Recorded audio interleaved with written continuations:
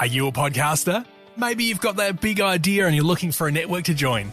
The multi-award-winning Ozcast Network can get your content to eyes and ears all over the world.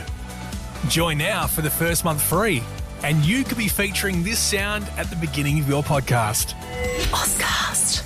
Simply head to ozcastnetwork.com for details. You're listening to Davo, Tom and Callum, the podcast. It's quite a joy to be able to live at home and have that experience and, not have to, expend too much money and, you're getting helped out a little bit. Yeah. But there's a certain point, I guess, where you hit an age where maybe you should probably hit the road and your parents want you out. Why are you staring at me while you say this? We got your mum Irene on the phone. It's an intervention. Sit down, have a glass of water. This is it. But, you don't want to be standing for this one. All right. There's these two blokes over in Italy, in Milan, and they're experiencing just this, where their mum pretty much wants to kick them out. However, if you look at their ages, it does remind us of a certain movie. I have a 40-year-old son, Dale, who still lives at home. I have a 39-year-old son named Brennan who still lives at home with me. It does have a bit of that Step Brothers vibe. So how old are they? These two guys are 40 and 42, and they're the sons. They're the sons of their mother over in Milan. They're both employed, actually, which is why it's griped the mother a lot, because they don't contribute to the house. They kind of just freeload. There is a cost of living crisis, guys. You're like, lay off them. You don't know their situation or their story. But, walk a mile in their shoes. You know what I mean? Live in Milan, be employed, live at home. I'd love to walk a mile in their shoes. What a life, actually. Yeah, Imagine living in Italy. great. Getting the pasta every day, and you're not paying anything, not paying a cent. But they're both employed, and the mother wants them out. She's gone as far to go to the court to remove them from the house. And it's really funny because at first the judge came out and said, no, it's fine for them to live there because, by law, they're your kids. Yeah. It says an obligation of the parent to provide maintenance. However, they found that this particular case, it wasn't justifiable given they were both over the age of 40. Yeah, so there's a loophole. As soon as you hit a certain age, it doesn't matter anymore. So they've had to be kicked out, and they're on their last legs. The last day for when they have to move out is December 18th. They're out of the luxury living. But it's crazy. When you look at the stats here, it's got as well. It says 1 in 10 Aussies have either moved back to home with their parents or had an adult child return home in the past year. And I'm sure the parents love it. I'm sure they're really happy to have us there. I love the term adult child as well. In the adult survey. child. Yeah, you've had your adult child crawl back home. Yeah. Man baby. I will say there is a cost of living crisis. And I mean, being a single person in today's economy, it is tough. It is tough. And I wouldn't be able to rent by myself. And so if I want a housemate, I guess my mum's a good one. There you go, Fresh Fam. Text in now, 0428927927. Davo's on the hunt for a housemate. Oh, yeah. I want to open up the phone lines. Wind Back Wednesday, we want to know how old were they when they moved out? Somebody's texted in saying, I'm 28, only lived out of home for about 6 months. I'm happy either way, but living at home is good. Yes. Yeah, I mean, no judgments here. You know what I mean? There's a cost of living crisis. Another one here. Davo's on her knees like, please, no judgment. Another one here says, I'm 39 and just moved back with my parents after a divorce. I hopefully will be out before my mum takes me to court. I feel like this segment has put the fear of God in people that it could be a lawsuit at hand with your parents if you don't move out quick enough. 40 plus. Someone said, I'm 46 and a proud Italian woman, never married, and you just don't move out in our culture. There you go. There you we go. got a really nice, wholesome text come through here. Stayed home to look after Dad because his health till I was 17, then moved out, and then my dad actually moved in with me when I was 28 as he was on his last legs. Rest in peace, Dad. Hey, nice. Shout out to number ending in 68 there. Hey, and what a privilege you got to look after him, so good on you. Yeah, absolutely. We got this one here as well. It says, I am 29, but if I'm still at home at 30, I will cry. Sorry, Davo. Shame. Shame. Yeah, well, you don't know what life will throw at you, okay? Barrels like Donkey Kong. It's going to go hard. Wow, this text just came through. Check this out. I was only 14 when I moved out of home. Wow. Me and my dad didn't really get along, sorry to hear, but I stayed in school and got accommodation through a youth hostel, got myself a job and then finished school before moving on to university. Probably the greatest thing I ever did. Good on ya. Hey, Yeah, kudos absolutely. to them. Yeah. This one here as well reaffirms the whole Italian thing. Someone said my mate's Italian and his mum will never let him go. He's set for life. And one last one here says, my child is 14 and let me tell you, I'd love for her to move out. Teenage years haven't been kind to us. Oh, Davo, Tom and Callum podcast. Oh, Davo, Tom and Callum podcast. I'll have what she's having. Davo, Tom and Callum, the podcast. As we know, technology is getting pretty crazy. Artificial intelligence is going to take over. Brace yourselves, it's coming. a bit of alarming there. I feel for like me everyone. and Callum have really rubbed off on you in these last couple of years, It's Davo. not good. To the point where I'm chilled out about the AI takeover now. I'm just sitting back knowing it's going to happen and we'll get enslaved by the bots. But, you're a step behind. You're in the freak out territory still. Well, this is the thing. Last night I had a very crazy incident that happened and I was on my phone scrolling through really old photos. Like they were photos from like 2019. And I sort of was looking through those selfies and I was like, wow, my skin looks incredible there. And I wasn't saying this out loud. This is all in my head. Yeah, okay. Not helping your case. It's all in your head. Oh no, it's not. This isn't a conspiracy, boys. This is real. Anyway, this is in my head, and I'm like looking at my skin in these photos and going, in my head, monologue, going, I wonder what did I use on my skin back then? And I remembered I had money then, so I was like, wow. I think I was using Dermalogica, which is a really fancy, ritzy brand, you know? And I thought, no wonder my skin looks that good. And anyway, popped onto Instagram straight away after saying nothing out loud, and a Dermalogica advert popped up. Ooh. It read my mind. My phone read my mind. Now, have you been wearing a tinfoil hat from 5 to 6 p.m. like me and Callum instructed? I am so angry that you say this is a coincidence, Tom. I think it is just a coincidence. Is it? Happened. This has happened to everyone, and everyone's always thought, "Oh my god!" But it's just a coincidence. I wonder if it's a bit of like a bit of confirmation bias kind of thing. Like when you have. How dare you? You believe in lizard people. You can't say that. Don't broadcast it, they're listening. I do not.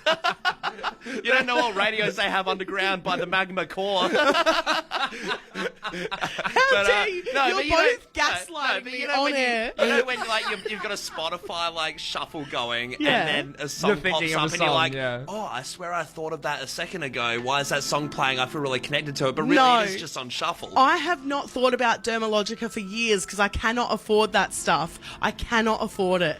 And in that moment where I've gone, I used Dermalogica back in August 2019, and then all of a sudden it's like, hey, I've clocked onto that. Here's your advert, babe. Get it back. Maybe, though, you've subconsciously been thinking about and doing things to do with Dermalogica that haven't... Leading up to it. Yeah, leading up, and now your phone's caught on that you want some Dermalogica. The shit you two believe in, the shit you drag me into, and I'm trying to get some support here I wanna that say the AI is taking over. I wouldn't say we believe in anything crazier than your phone's mind reading it. You are honestly, stick away from psychosis, all right?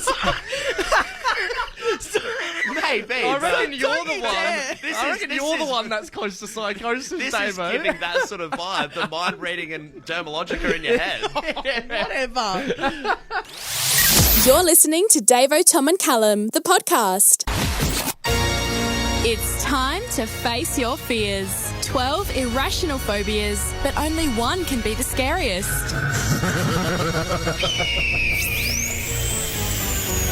Tournament of Terror on Fresh 92.7. As always, here at Fresh, we are trying to find the truth, find the answers, and right now, for the next couple weeks, we are going to find out what Adelaide fears the most in our Tournament of Terror. We have 12 different fears and a tournament table-style knockout where each day, Fresh fam, you will head to our Instagram at Fresh927 and vote in our poll for which fear you find scarier. And what happened with yesterday's? Well, yesterday we had clowns versus the dentist in terms of what is scarier. Of course, the Fresh fam called up and they also went to the poll. on the Instagram to decide. And Davo, you have the results there. What is scarier between clowns and the dentist? Well, boys, let me tell you, this was a very, very close call. It's 51% to 49%. Wow. But the scariest is clowns. Hey. Clowns take out the weird. So that clowns are advancing onto the next round, which is very spooky stuff. I mean, very nice for the dentists that listen to our show. Considering, I'm sure, yeah. And at least they know they're not that scary. But boys, what are the two fears today that we're going up head to head? So the two new ones for today to kick off this round are birds. Oh my god! That was loud. Pierced my ears. Sorry, freshman. Sorry about that. What an eagle! What a beak on that thing! It's like he's in the room with us. Put me to the ground. And it will be birds versus public speaking. Yeah. Two interesting ones. I guess an animal versus, an experience, a human experience that is quite awkward. If I was to choose one out of the two, I must say I think I've conquered a fear of public speaking, but birds, mate, they're too unpredictable for me. Yeah. When I was a kid, we had a pet budgie, and my mum decided that it would be really fun to put the budgie on my back, and the budgie went absolutely bananas, like it lost its mind. That's it. Flapping its wings, and I've never been scared A of. lot of bird phobias do come from those experiences and stuff. My mum has one a little bit from getting chased by an emu as a kid. A full emu. And emus are terrifying. You see the necks on those things? Oh. Yeah. Hey, look, Fresh Ram, it's over to you. What do you find scarier out of birds or public speaking? Now, for me personally, I don't really... neither of these are a big fear of mine, but if I had to pick one, I'm saying public speaking. Yeah, I mean, we did a question thing here in front of a small group, and Tom, you were silent. You were terrified. And he had a macaw on his shoulder, so he's definitely not scared of birds. I don't know what's happening with his phobias. Plenty of people getting involved on the text line at the moment, sharing their opinions.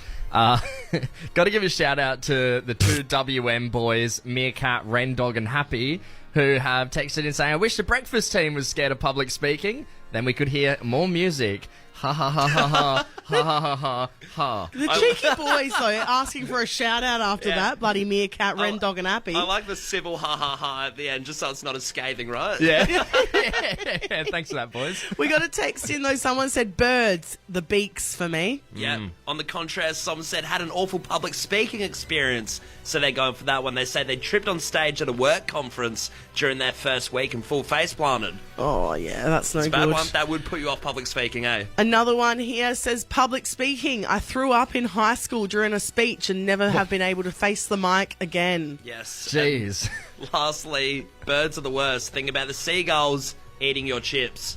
Yeah, okay, right. So a pretty even spread on the text line. We're going to head over to our phone lines now. We've got Tim from Mount Osmond. Tim, good morning to you, mate. What do you fear more, birds or public speaking? Good morning, gang. I don't like public speaking, but I hate geese. Geese? Geese? What's the go with geese? What do they do to you? Well, they chase you, they peck you, and sometimes they go for your testicles. have you had an experience where the geese goes for your testicles? When I was very young, my parents were minding a farm in Tasmania, and this was with me for the rest of my life. I had a few geese chasing after my balls. Wow. Did they go for a peck? Did they make contact? Well, you're hiding seeds in there. They didn't make contact, at least as far as I can remember. I'm sure Tim's had plenty of experience with birds coming after his Jats crackers. Thanks, Davo, I wish.